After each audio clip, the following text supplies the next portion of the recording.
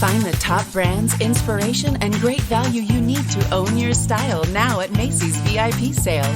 Use your coupon or Macy's card and take an extra 30% off spring trends and updates. Plus, get 15% off this season's go-to beauty, skincare, fragrances, and more. And don't miss out on limited time specials going on now at Macy's. Savings off regular sale and clearance prices. Exclusions apply.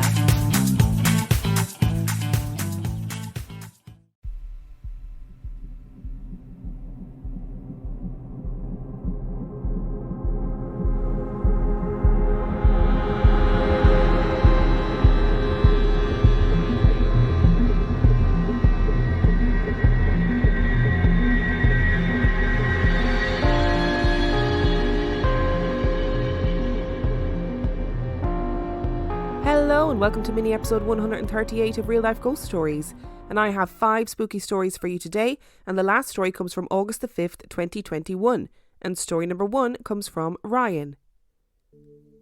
I inherited an old family home located in Champneys East, Newfoundland, Canada, after my grandfather passed away. The house was built around 1865 and is full of old treasures. It was an old, yellow, 2-storey salt box type home facing the ocean. Apparently, it is one of the oldest houses in Trinity Bay. The house was built by my great-great-grandfather and passed down through the generations. They were merchants who owned fishing schooners and supplied the neighbouring communities with everything needed for a life in Outport, Newfoundland: food, material, tools, etc. After the death of my great-grandfather at the age of 36, my great-grandmother Elizabeth moved her only son Elmo, my grandfather, to the house and restarted the store, located on the main road of the small community. She never remarried and remained in the same house for the duration of her life, alone after my grandfather moved away. She was a heavy smoker and often smoked in the house, reading novels as a pastime. My grandfather became a school teacher along with my grandmother, and they raised their family outside of Champneys East, but they always returned for summer and Christmas visits, and my father has many fond memories of the old house. I was born in 1984, and I was 4 years old when my great-grandmother passed away. The house sat empty for many years, but was used as a summer home by my family. I too enjoyed many summer visits there. As a boy, I was often afraid to sleep in the bedroom at the top of the stairs. There were 4 bedrooms in the top of the house. 3 were sleeping quarters, and 1 was used for storage. My bedroom was at the top of the stairs, to the left, and was overlooking a grassy field and the main road through town. Often crying for my mother or father to come up and stay with me, my grandfather often took up the duty of sitting next to me until I fell asleep. I remember asking if there were ghosts in the house. He told me that he didn't know of ghosts, but if there were, they were only good ghosts, and they all loved me, and none would ever hurt me. I found this calming somehow. My father later told me that his grandmother, my great-grandmother Elizabeth, had told him that someone was born and someone had died in every room of that house. I cannot confirm if this was true or not. In the summer of 2006, my then girlfriend, later my wife, and I went to spend a weekend in the old house as a little getaway. At the time, we were both in university, and a break from studying was welcomed. Upon arriving, there are many things that one must do to open the house and prepare it for occupancy. Turn on the electrical panel, turn on the boiler and start the oil stove, change the beds and turn on the water. I instructed my girlfriend to make up our room while I took care of the power and turned on the water. I told her we would be staying in the bedroom at the top of the stairs to the left. Now, to turn on the water, one has to go across the garden to the adjacent property and turn on a water line connected to an artisan well that is shared with the neighbours. The bedroom where we would be staying is visible from the well. I left the house and made my way across the garden to the well and turned on the water line. Looking up to the window, I could see my girlfriend quite clearly standing in front of it, clutching a blanket. But she was not alone. I could see a second woman standing to her left, just behind her shoulder. I immediately left the well and made for the house. I was there in no greater time than 20 seconds, but by that time my girlfriend had made it down from upstairs, through the front porch, through the front room and kitchen, into the cloakroom and out to the front step. "I thought you were still in the house," she said. She was completely white and visibly shaken up. "I smelled cigarette smoke and I heard you humming a song, but it sounded more like a woman. Footsteps were coming up the stairs behind me while the humming continued. I just kept making the bed, and when the footsteps reached the top of the stairs, they stopped. I turned around expecting to see you, and there was no one there. Then I looked out the window and you were across the garden." I calmed her as best I could. She didn't wish to stay the night, but after a sweep of the house, she felt much better, and we prepared supper. I wouldn't dare tell her of the woman I had seen in the window behind her. I didn't sleep that night, and going to the washroom in the dead of night was especially spooky. The house didn't have washing facilities when it was built, and they were added on in the 1960s. A piece was built onto the house to accommodate for this, and as such, one has to go downstairs and through the different connecting rooms to get to the washroom. The house cracks and creaks with the constant wind coming off the ocean. The one time I had to get up and go, I couldn't help but feel that there was someone with me the whole time. It did not feel malevolent, but spooky nonetheless. I decided then and there that if I had to go for a piss again, it would be out the fucking window or in the bed. Upon our return home, I told my father of the occurrence in the old house. I left out no details. I explained the footsteps, the cigarette smoke, the humming, and the woman in the window behind my girlfriend. "Nan was always a smoker," he said, "and she was always humming a tune. I've stayed in the house many times since then. I've even slept there alone. I do not fear the house or its otherworldly occupants, and I have heard and seen many strange things in that house." That's such a great way for your granddad to alleviate your fears as a child.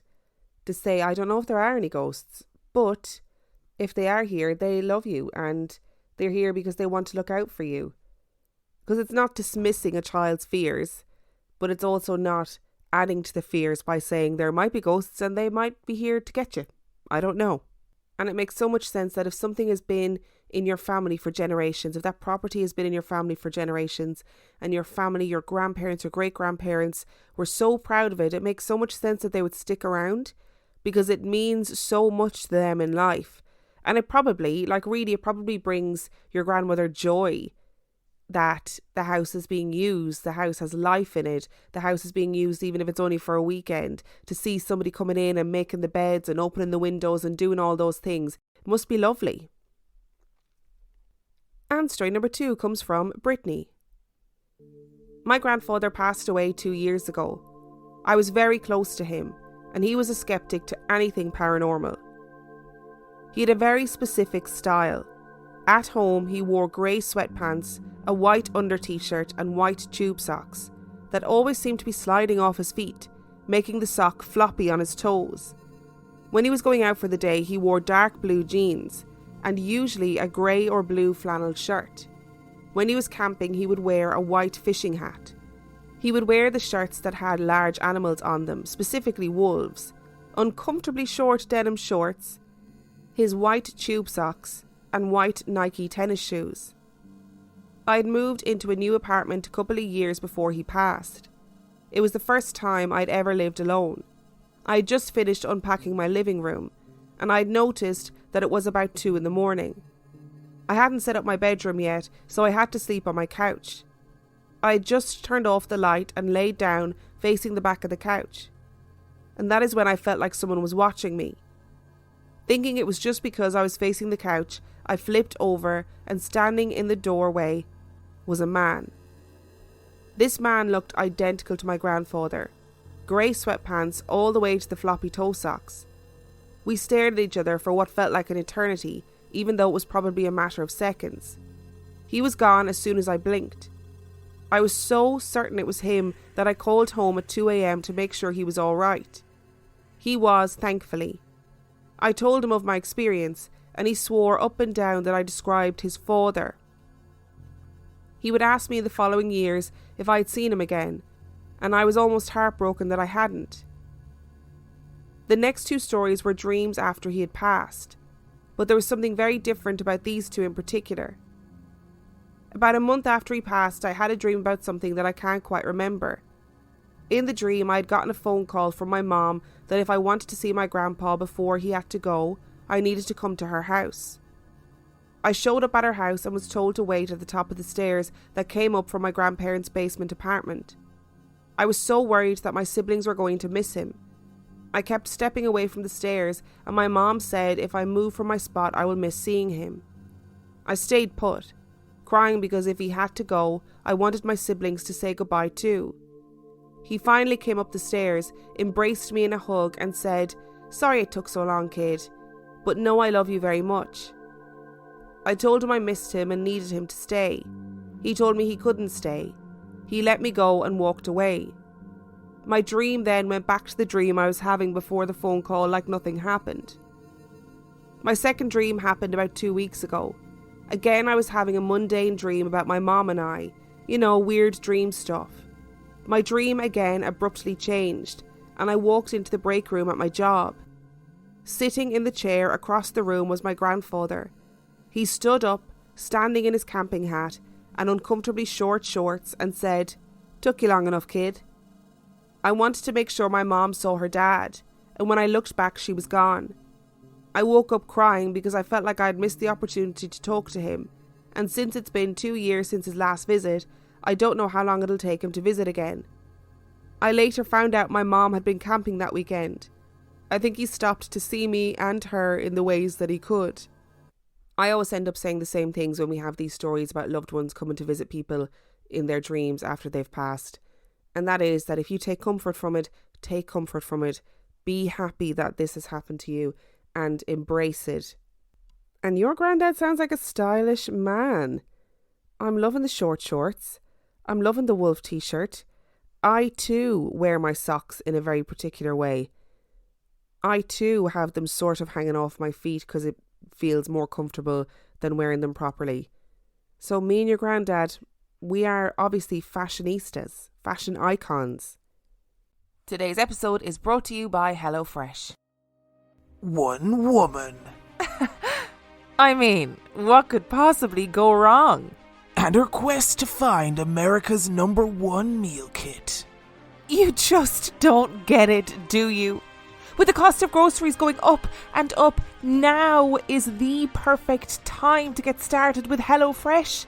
HelloFresh is cheaper than grocery shopping, and it's 25% less expensive than takeout. And defeating an enemy that makes her face who she really is. We're not so different, you and I. And you just need to embrace it. HelloFresh knows you're busy. That's why they take care of the meal planning and the prepping, freeing up extra time in your schedule. With pre-proportioned ingredients, foolproof recipes, and convenient doorstep delivery, HelloFresh makes it easy to get dinner on the table. Okay, I know this is a movie trailer, but why would that be a part of your evil monologue? It doesn't make any sense. Hi, that's me. I bet you're wondering how I got here. Well, here's the thing. I've been using HelloFresh for ages and wanted to make the ads worthwhile, But yeah, this is my personal endorsement. It's pretty good. I've been using it for 89 boxes. That's a pretty long time. So, yep. Coming soon to a doorstep near you. Guys, I think you need to come and look at this. It says, go to hellofresh.com/reallifeghoststories60 and use code reallifeghoststories60 for 60% off plus free shipping. What was that? hellofresh.com/reallifeghoststories60 and use code reallifeghoststories60 for 60% off plus free shipping. Today's episode is sponsored by Hers. This time of year, all of the emphasis is always on organising your space. It's always on wellness. It's on spring cleaning. It's on fresh starts. But actually, the most important way to take care of yourself is to take care of your mental health. And you can do so at forhers.com. At 4hers.com, you can get access to real medical providers who can prescribe trusted anxiety and depression medication if it is right for you. The process is 100% online, including unlimited check-ins, provider messaging and support along the way. Plus, to make things even simpler, you can get your first month of treatment for just $25 if prescribed.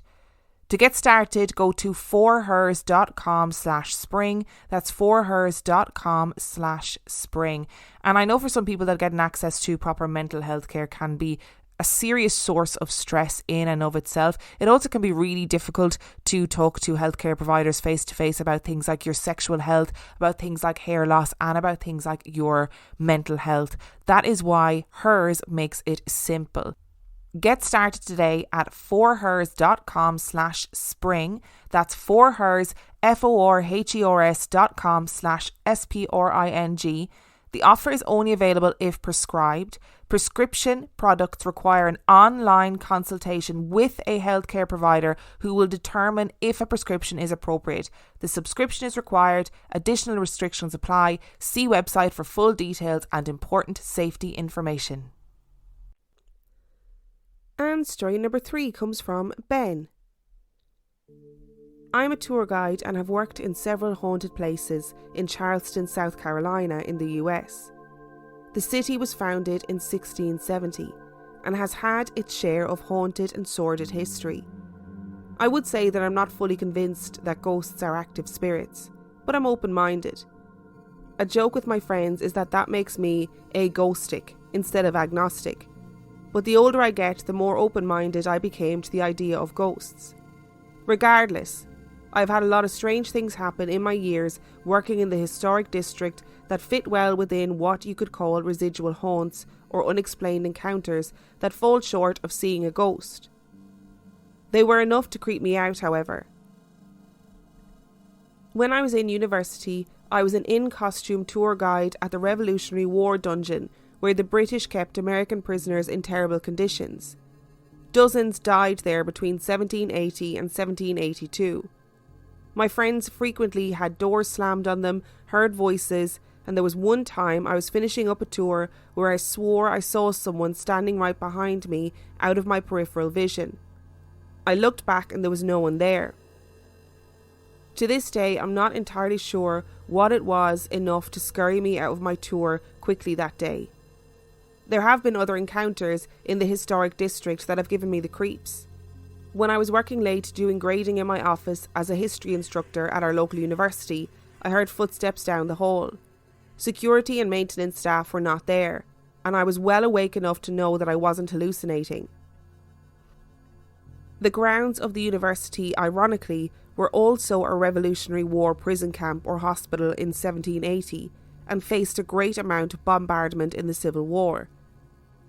One night, not long after, I decided to leave an EVP reader on my app on my phone while I did my work. Couldn't be much harm, right? Until it said entity detected, and I vamoosed out of there quickly and ended grading for the night. My final encounter with what you might call residual energy occurred while training to give ghost tours in a Victorian cemetery. This may be one of the creepiest cemeteries I've ever visited, and has 35,000 graves, alligators and orb weaver spiders hanging from every tree. As an arachnophobe, that is almost as scary to me as the idea of ghosts. My friend and I were training and walking by Confederate soldier graves from the Civil War when all of a sudden we heard the voice of a man talking. We couldn't make out what was being said. Being that it was 12 a.m. and we were the only ones with a key, there was no way someone snuck into the graveyard. There is a neighbourhood nearby that potentially could have produced ambient noise, but this voice was almost right next to us.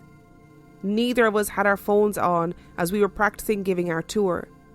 At that point, I chalked it up to yet another case of the past being alive in Charleston.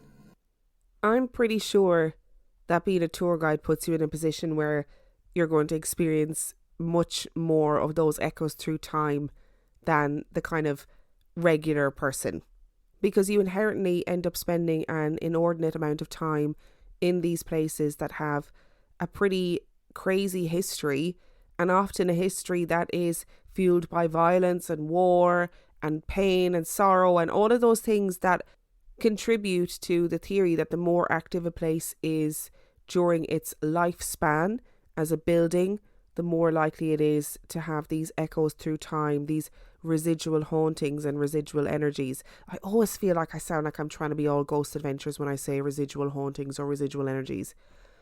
And story number 4 comes from Cody.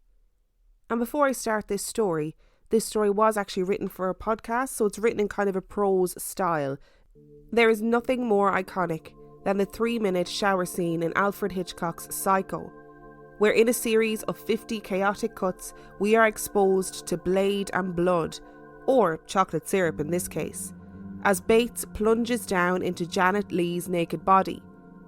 And yet the scene loses its luster if you watch it on mute. We need the pulsing violin strings, the sound effect of knife plunging into a watermelon, the white noise of the shower's flowing water, and most importantly, Leigh's ear-piercing screams. I could also mention the opening scene of Jaws, where as the sun sets, a beautiful woman goes skinny dipping in the ocean, and just after entering the calm, dark water, she is violently thrashed from side to side, screaming between gulps of water until she's pulled beneath by the infamous shark, silenced by the deep. Cinematic brilliance. I must admit, as engrossing as these movies are, as we sit eating our buttered popcorn and malt balls, there remains a quiet assurance lingering in the back of our minds. We understand by the end of the 90 minutes or so that the credits will roll and will be released back into the safety of our reality, the norm. It's a similar case with our nightmares. The comfort that rushes over us as we wake to find ourselves still in bed. It was only a dream, we tell ourselves. Only a dream. But what happens when it isn't? Just how permeable is the boundary between dreams and reality? It was a dream my father had that kept me picking away at this question, unable to leave it alone, like leftover pizza. And it was for good reason, because although we didn't know it at the time, it was a dream that would tie my father directly to a woman's murder. And let me just say, I know how that sounds, like I'm pitching a hook for some cheap murder mystery novel, and yes, you have my permission to roll your eyes. However, humour me, because you need to know a little bit about my dad. He married his childhood sweetheart, the old football player cheerleader narrative, and they've stayed in love and stayed married ever since. You'd probably agree that he looks a little like Robin Williams, and regardless of your walk in life, if you met him out and about, you'd feel like you were sitting fireside with an old friend. He's genuine, the real McCoy. People won't just say they know my father. Their faces light up as they dearly recall him.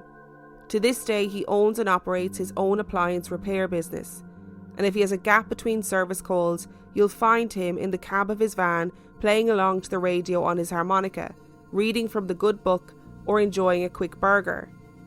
On Sundays, he'll often lay down by the toy box and play cars or Barbies with one of his 8 grandkids who call him Papa Coons. And he absolutely adores them. Now I'll tell you what he isn't. No, he doesn't hold monthly Ouija board potlucks, or have a dream journal blog he updates weekly, or advertise tarot card readings on Facebook for a reasonable reading fee.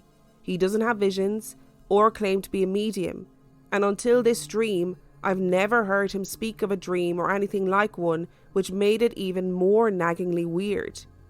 But dreams are weird things to begin with. On average, we forget 90% of them in the first 5 minutes of being awake, and we dream the most as newborns, which I assume would be true for anyone sleeping 16 to 18 hours a day. Sign me up to put that theory to the test. The truth is, we don't understand why we dream all that much. We find we can dream of places and people that to the best of our knowledge we've never seen or known. Yet our best explanation is simply that the average person sees about 3 million faces in their lifetime. Perhaps you stood behind them in line at the grocery store, or shared an elevator. It could be that these strangers become headshots filed away in our subconscious that provide our dreams with an unlimited cast for the random roles played out in our dreams. Now, I wish this was the case with my father's dream, that the woman was someone he had seen while pumping gas at a 7-Eleven or walking her dog at a park downtown. However, it wouldn't have made any difference, because he never saw her in his dream. My father had an auditory dream. It's the type of dream a person who was blind from birth would have. Sounds but no images, a book without pictures. And what he heard was screaming. Now, this wasn't the screaming that you're used to hearing, like from the clambering of children at recess or from the spiralling tracks of a roller coaster. It's the screaming you hope you never hear, so shrill and primal that it raises the hair on your neck and makes goosebumps perk across your exposed skin. That's why when my father woke, he immediately went about the house and yard searching for someone in need of help, but it was to no avail. When he relayed the experience to my mother, he was visibly shaken and pale. Even as he shared the account with the rest of the family, some time later, it was clear the disembodied screaming still weighed heavily on his mind. It was something my father tried to forget, or put behind him in the days that followed. However, it was proven in vain, because he heard it again, the exact agonising scream, even from the exact distance he had heard it from, he said. Only this time it wasn't in that threshold between consciousness and sleep. He was very much awake. I'm sure you've seen this painting on commercials, history or art class. It depicts the open sea with blue and silver swirls that seem to refuse the reflection of the blood orange sky above it. On the left side of the painting, you'll notice a boardwalk stretching on indefinitely between two eerie human figures composed of shadow and silhouette. However, it's the third figure that stands at the forefront of the boardwalk that has haunted onlookers since its creation in 1893. The figure is inhuman and sickly. A black twisted torso winds up into a narrow neck supporting a large warped head.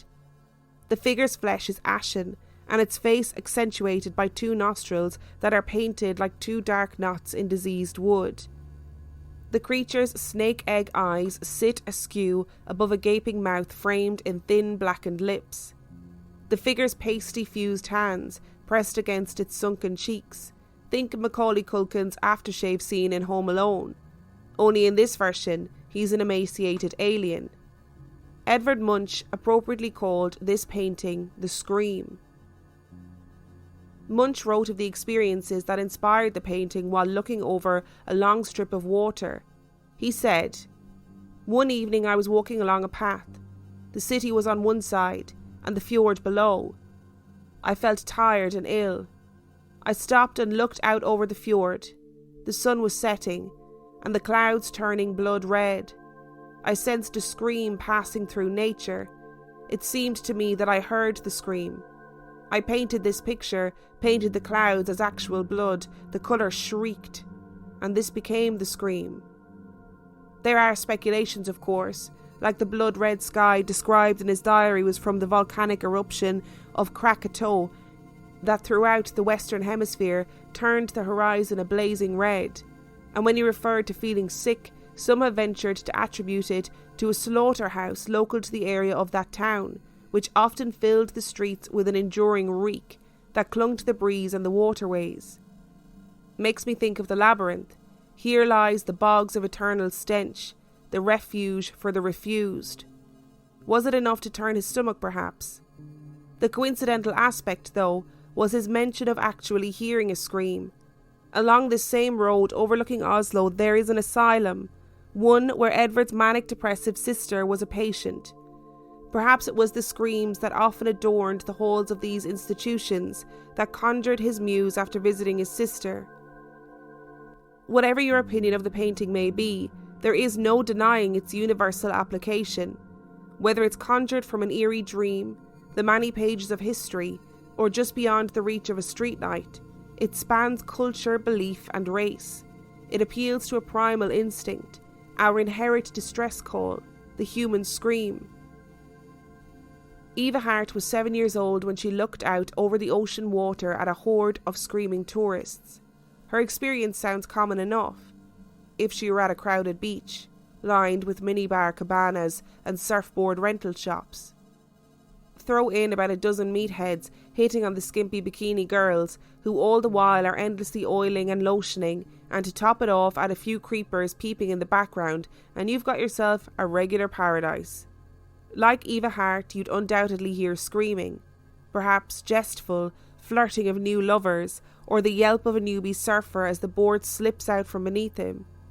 However, in Eva's story, the screams were of a darker nature. You see, it was April the 15th, 1912, and the horde of tourists weren't a wild spring break crowd in Mexico. They were the dying passengers of the Titanic. In her words, she shares, "I remember the people.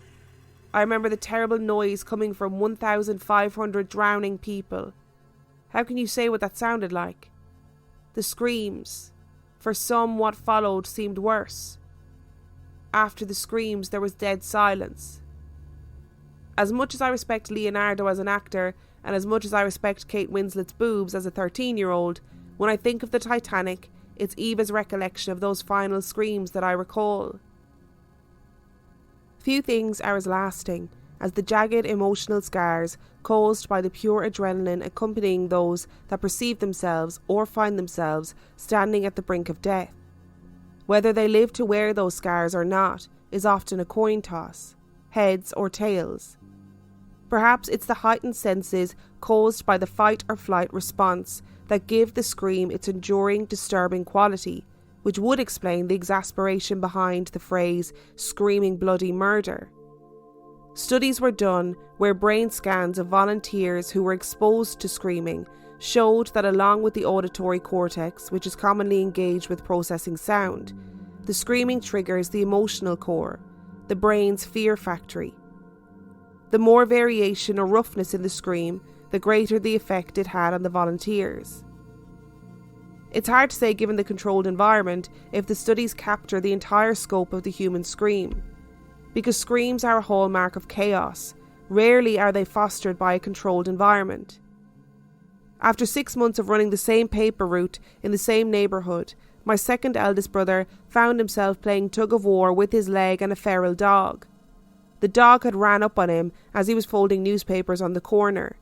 He explained that there was a point when the dog began ripping through his pant leg that he screamed in a manner he had never heard come from his lungs before. Kicking at the dog's face, he finally ripped his leg free and escaped by throwing himself over a nearby fence. Needless to say, he carried dog mace every morning after that. It was 5 years later, and he was reintroduced to this carnal scream, only not coming from him. After he graduated from high school, he was working the swing shift at a hotel called the Kempis, a beautiful historical building just up the hill from downtown Spokane. If you ever visit, I encourage you to note the 2 lion statues that seemingly stand guard at the entrance, keeping unwelcome guests away. Or if you believe it to be haunted like many do, you could argue the lions are keeping something in. That particular night, the chef on staff shared the gourmet leftovers with my brother, which was a nice break from the tin of Altoids he had been sucking through while manning the front desk. The windows lining the outer wall of the main dining room were open, letting the cool night air in, and clearing out the smell of fish, which was featured on the dinner menu that evening. From the darkness beyond the reach of the streetlights, a blood-curdling scream ripped through the open windows. The horrific shriek left my brother and the chef in hair-raising silence. They exchanged their finest "what the fuck was that" expression, and then together they approached the windows and began scanning the city streets for a possible source. There was the usual flicker of headlights on the freeway below, the weakening echo of a train whistle, and the layered silhouettes of maple trees rustling across from them, but nothing that would explain the tormented wail that drew them to the windows. However, a few days later, my brother was shown a newspaper article and discovered that only a block away from the hotel on that very night, a mentally ill woman stripped herself naked and climbed a crane which shadowed a remodel project of the local high school. After securing a rope to the crane's crossbars, she slipped the other end around her neck and stepped off, taking her own life. Now, of the estimated 2,000 people who have thrown themselves off the Golden Gate Bridge since 1937. We know of 19 who actually survived the attempt. If you ask any one of them what the first thing that came to their mind was after jumping, you get the same answer. Kevin Hines, a Golden Gate survivor who attempted suicide at the age of 19, explained that after leaping off the bridge into an 18-story free fall, he thought, "What have I just done? I don't want to die. God, please save me." An instant, terrifying regret. With that said, my brother has had no doubt that the shrill scream that summer's night was a woman's last plea for life, given in the millisecond before death. Whether produced in terror, pleasure, or both, screaming is an instrument of passion. It has the power to evoke emotion, which is what many artists perceive as the ultimate summation of their completed works, whether that's a painting, a film, a story, or a song. And frankly, if you feel nothing listening to my story, in many ways I failed. Take the blues singer Screaming Joe Hawkins into consideration. If his name is unfamiliar to you, I can guarantee his music isn't. Not a Halloween goes by where I don't hear the lyrics. I put a spell on you because you're mine. You better stop the things you do. I tell ya, I ain't lying. In the 1950s, before Jay Hawkins was screaming, he wrote I Put a Spell on You, intending it to be a bluesy love song. However, when he and his band went into the studio to record the song, their producer showed up with ribs, chicken, and plenty of booze to wash it down. As can happen among friends and good food, the night got away from them. Screamin' Jay says he was so drunk during the original recording of I Put a Spell on You that he eventually blacked out and remembered very little of ever singing it. After they sobered up though and listened to the recording, they discovered something very different from the bluesy love song Hawkins intended. Instead, a hymn of howls, groans and guttural screaming poured over the accompaniment and came across much as he was at the time. Intoxicating. Now you can imagine in the mid-1950s, in a black and white Leave It to Beaver world where the parents slept in separate beds, that a song this radical and raw received a lot of negative attention. But it was attention nonetheless, and the record sold over 1 million copies. Often in his earlier performances, he'd arrive on stage in a coffin and rise from it wearing a plush cape and have white tusks protruding from his nostrils.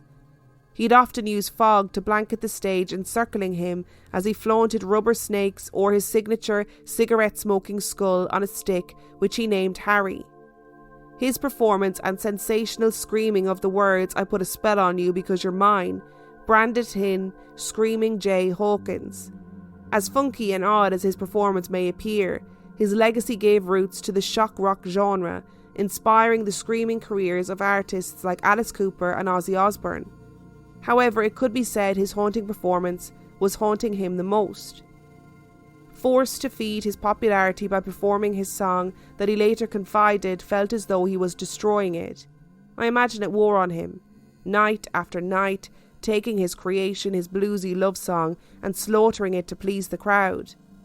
He spent the rest of his life like Dr. Jekyll towards the end, when his alternative persona, Mr. Hyde, grew to overpower him, and I Put a Spell on You became something he began resenting, refusing many of the royalties that came from it. His consequent albums met mediocre success at best, and in his personal life he struggled maintaining relationships. In a falling out with a band member he was stabbed, and was married to 6 different women. It is estimated that between his 6 wives, his girlfriends and his groupies that he fathered 56 children, a man chasing shadows. I'm sure at first he screamed for his fans, but by the end his screams were a raw response of his tormented heart. Whether those screams are swallowed by the frigid ocean, cut short by a noose, or forever replayed as a song on the radio, they are, as Willy Wonka would put it, a psychological everlasting gobstopper. You can suck 'em and suck 'em forever, and they never get any smaller. And I believe it was intended that way. At age 55, Charlotte McGill was living happily with her daughter and worked at Costco, where those that had the chance to work with her found her infectiously cheerful and kind. She loved getting up early and walking her dog along a nearby river trail, enjoying the brisk air and giving her dog some exercise. Having walked along this side of the river very many times growing up, I wouldn't be surprised if it was one of her favourite routines. On this particular morning, her favourite walk would wind up becoming her last. Before she even knew she was being followed, a man rushed up behind her, and in a blur of blood and blade, the stranger stabbed her with a knife. She screamed for help while struggling to fight off her attacker, fueled by her only weapon, adrenaline. Maybe the assailant was worried that she would draw too much attention, but he disappeared down the trail, leaving Charlotte to stagger away, in shock and screaming desperately for help, having been stabbed in the chest and face 11 times. But help soon came. A man who had heard her screams but days before she was even attacked. A man who had already gone looking for her once. Only this time he found her. My father. He had been on a scheduled service call at a nearby apartment complex that very morning, and as soon as her screams started coming up from the riverbank, he ran towards them. Shortly after, surgeons tried to save Charlotte that day. However, it was just too much and she passed away. Now, humans tried to explain the unexplainable, to apply as much reason and vague evidence to draw some shadow of an answer. And perhaps a shadow was good enough in my father's case. If it wasn't to save her life, was it so he could relay Charlotte's description to the 911 operator? A man with a bad eye wearing a hooded sweatshirt, she told him. The man would assault 2 other women before he was apprehended by the investigators. Would there have been a 4th, without Charlotte's dying witness? However, it was my eldest brother who shared a purpose for my father's presence that fateful morning that rings true to my mind and my heart. If you were brutally attacked and left terrified and shaking in agony, facing that final journey with only a stranger within earshot of your screams for help, there is no question you'd want that stranger to be someone as kind-hearted as my dad. Heroes aren't always there to save the day. Instead, when the day is lost, they kneel beside you, holding your hand as you face the night. I'm not going to add any further commentary to that story, because sitting here and poring over the sort of paranormal elements, etc., will take away from the fact that at the core of this story, a woman was murdered. And perhaps if your dad hadn't had that dream and hadn't had that experience, maybe he wouldn't have ran towards the sound of screams. Maybe he would have ignored them and just assumed it was something that wasn't any of his business. And story number 5 today comes from Jamie. It started when I was younger, around the age of 10. I would have this reoccurring nightmare at least once a week where I could hear noises from a vent in my room, and it would make me feel uncomfortable and annoy me. I would kneel on my bed and crawl to it and tell whatever it was to shut up. It never would, and I would start to feel uneasy as it would get louder. At this point, I know I shouldn't talk to this thing, but I couldn't control myself in these dreams, and I would continue to shout, "Shut up." The louder it got, the louder I got, and I could feel the blood pump through me as I would try to pull myself away from this vent. But it would get worse and worse, with both me and the noise getting louder, and I would suddenly wake in a ball of sweat. This would happen weekly until I was around 13. Then one night I started having the same dream, but this time the vent door was open and I couldn't hear the noise. I was confused, and then got up and crawled towards the vent once again, and I saw something deep in the darkness. It was a darker mass, but I couldn't work out what it was. Then the noise started, and it was coming from this thing. Once again, even though I told myself not to, I told this thing to shut up. I lost control of myself again, and I would just shout at this thing, telling it to shut up over and over, and it got louder, so loud I couldn't handle it, and then it came towards me so quickly. I would wake in a ball of sweat. These dreams took a turn for the worst, because this thing would randomly turn up in dreams, and I felt like it had me. I would be having a normal dream, like being out with friends, and I would notice this black mass in the street, and the dream me would be fixated on this, and everything else would disappear, and I would start shouting at this thing again. It would always be facing away from me till I started shouting, and then it would slowly turn. And when it started to slowly turn, I was back in my bed, stuck, glued to the bed, and it was just turned to face me, and it would disappear, and I would be able to move again. This would happen at least once a month of this thing randomly popping up. Now I'm 23, so I've gotten used to it, but it's always the same result. Sometimes my girlfriend would wake me before I got stuck to the bed because she said I would be breathing so quickly and fidgeting so much it would wake her, so she would wake me. But when she does, I don't remember it until she mentions it to me the next morning. But the reason I'm now writing this to you is because it got so real for me the other morning. My girlfriend had to get up and go to work, and I decided to have a lay-in. I was dozing in and out of sleep, but I wasn't dreaming at all. But then all of a sudden, I had a shot of adrenaline all through my body and I was stuck still. I was awake and could see my bed. I could see the sunlight in the room, but all I could move was my eyes. Then the noise started again. But this time it was words. Lots and lots of words, but at random. It wasn't making any sense and it was so quick. And then at that point I realised this noise that I had been hearing, it had always been words. I just didn't realise it until now. The words wouldn't stop. Then I heard someone pacing from the window to the door repeatedly, and they were just out of my line of sight. I still couldn't move. It was so real, it felt like everything was happening in real time, till the door slammed and everything stopped all at once and I was able to move again.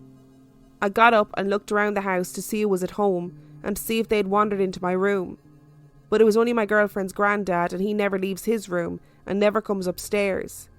I can't explain this last one, as I thought I was awake because I remember looking at my phone just before. It was 8:40, and by the time it was over I looked again and it was 8:51. That's 11 minutes that I'd gotten into a deep sleep that quickly and had time to see and hear all of this. That was my last experience, and I just hope it doesn't get any worse from here.